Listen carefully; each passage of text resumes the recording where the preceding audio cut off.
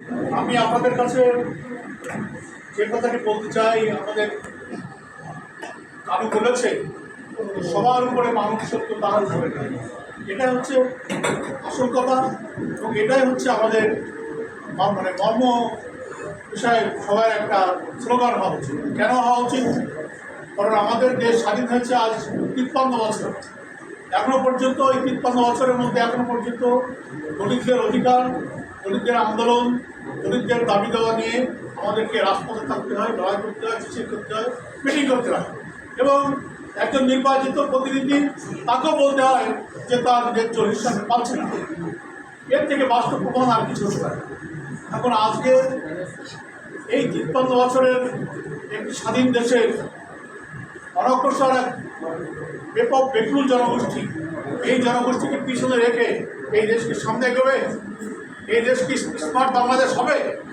এই দেশ কি কোনোদিন উন্নত বাংলাদেশ হতে পারে? হতে পারে।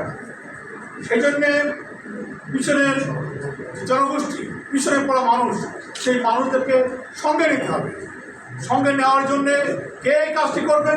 শুধু কি লড়াই সংগ্রাম আন্দোলন করে করা হবে? না, আমাদের পবিত্র যে সংবিধান রয়েছে, আমাদের যে রক্তাক্ত সংবিধান, সেই সংবিধানে বলা রয়েছে জাতি, ধর্ম, বর্ণ নির্বিশেষে সকলেই সমান অধিকার ভোগ করবে। সংবিধানের পাতায় লেখা আছে, কিন্তু বাস্তবতা কি সেটা হচ্ছে না।